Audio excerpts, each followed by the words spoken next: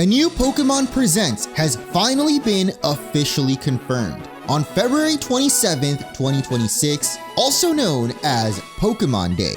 And this year is Pokemon's 30th anniversary, so you know they're gonna go big with it. With the first major announcement actually coming in a week early, with the announcement that Pokemon FireRed and LeafGreen are coming to Nintendo Switch. But maybe not exactly how most people expected.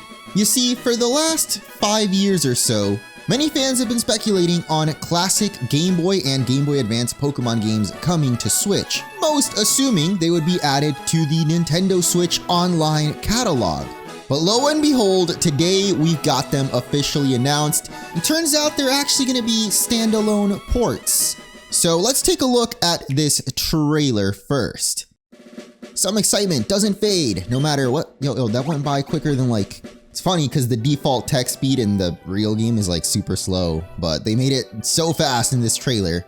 Anyway, yep, it's FireRed and LeafGreen, pretty much exactly how you remember them, but now on the Nintendo Switch. Same good old Game Boy graphics, which is honestly still, to me at least, one of the most nostalgic art styles out there. I mean, for Pokemon specifically, I probably prefer black and white, but GBA overall, that era, man, I love GBA graphics. So yeah, if you've never played these games before, or you wanna relive your childhood or teenagehood nostalgia, these games will be available on February 27th. So literally on Pokemon Day, in a week, you'll be able to play these games on the Switch. Which again, is something that a lot of fans have been asking for a long time, but I can't help but feel this is maybe not the best way they could have released them. The other major theory most fans had in terms of the re-release of these older games is that they would do a sort of collection encompassing many Pokemon titles from the Game Boy or Game Boy Advance era, maybe even the DS era. There's been a lot of speculation on that, the Nintendo Switch 2 getting a second screen and them being able to do a Switch Online DS games. But nope, we got none of that. It is literally a standalone port on the Nintendo Switch eShop, so you have to buy it separately from NSO. It's just a single one-time purchase. They are being sold separately. FireRed will cost $20, LeafGreen will cost $20, so both of them will be $40 in total. Of course, most people are talking about that price, which is pretty steep for a 20-plus-year-old game at this point. Actually, I don't know how old FireRed and LeafGreen are. Hold up. 2004. Yeah, they're over 20 years old. 22 years old to be exact. That's crazy. Now, whether you think it's worth rebuying these games on the Switch for 20 bucks each is totally up to each person, as they originally sold for $40 each, I believe. But this was, of course, a physical release. So with this new one being exclusively digital and also being 20-year-old games, I think the $20 price tag is actually fair. I know I'm gonna get some flack for that, but look, I'm not saying you need to buy these games for 20 bucks. I'm just saying I think it makes sense to put them at that price point, but I would have still much preferred a collection that included 5 games for 60, let's say. Yeah, pretty much everyone's gonna be talking about why they didn't put it on the Nintendo Switch Online, which, like, Pokemon are very aware that they are gonna be able to sell these games as standalones. Like, there's already a lot of people hyped about this, equally as many people kind of disappointed. Now, the one saving grace to all of this is that it will apparently be compatible with Pokemon Home. It's not just Austin John saying this. I believe it is confirmed on the official site. Let me see if I can do a little quick search. Yeah, there's no mention of Pokemon Home, at least on this official page. Like, I don't get why they don't put this stuff on the official sources. You always gotta learn it from somewhere else. But I mean, Cerebi is very trustworthy, and they say Pokemon Home connectivity is confirmed for FireRed and LeafGreen on Nintendo Switch. Psych! The details have been removed from the listings. We're currently unclear on the wait a minute, hold up.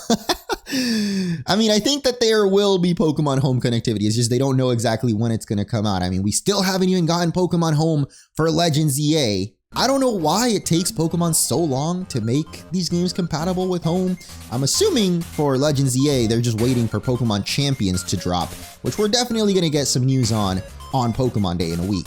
But other interesting report I saw is the official website for the Switch version includes a page for replicating the Braille chart included in the original game.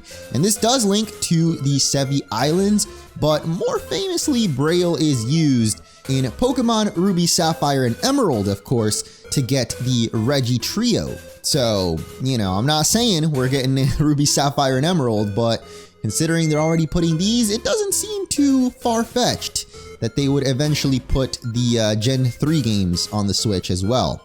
On the official page, it just gives you a generic blurb about what these games were back when they came out. Celebrate 30 years of Pokemon!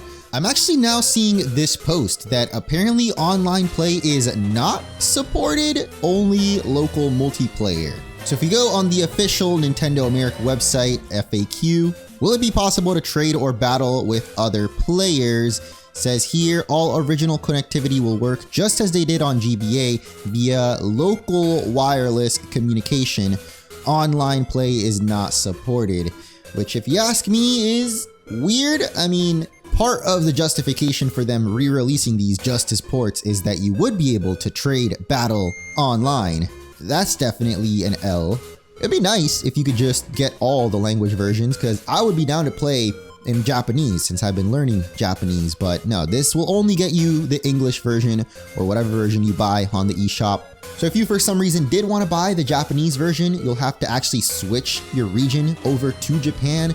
I think I still have my original cartridge somewhere. I do have these, which is another question many fans are asking. Why didn't they put the originals, red and green or red and blue, on the eShop? To be honest, I'm kind of glad they did FireRed and LeafGreen, because they are basically the better remade versions of the original Kanto experience. And we already had red, green, blue, yellow, even gold, silver, and crystal back on the 3DS. I know 3DS is kind of a hot commodity these days, but I guess I'm not upset at them choosing the remakes over the originals here. As usual though, the biggest snuff with this release, at least to me, is that the coolest version of these games will only be releasing in Japan. As you can see here, FireRed and LeafGreen special physical bundle will be available in Japan on the Pokemon Center online, and it comes with some extra goodies. You can see it here. It has an actual physical box, although I think it only includes one of the two games. I mean, it shows them both here. A special edition set featuring Nintendo Switch download-only software, Pokemon FireRed. So yeah, there's probably a separate listing just for LeafGreen. It's a little weird. It shows both games on the box, but you only get one or the other. But it also comes with these really cool crystal light up balls, this neat little carrying case with the 30th anniversary. Man, this looks so sick. I want this so bad, but it's only in Japan, which I'm not going to anytime soon. So probably not going to be able to get this, even though it's actually only sold online, I think. I don't know if you'll be able to get it physically in the store as well. But look at this box, dude. This is definitely the coolest part though, these holographic Pokeballs with the Kanto starters, and you get a replica of the original Game Boy boxes.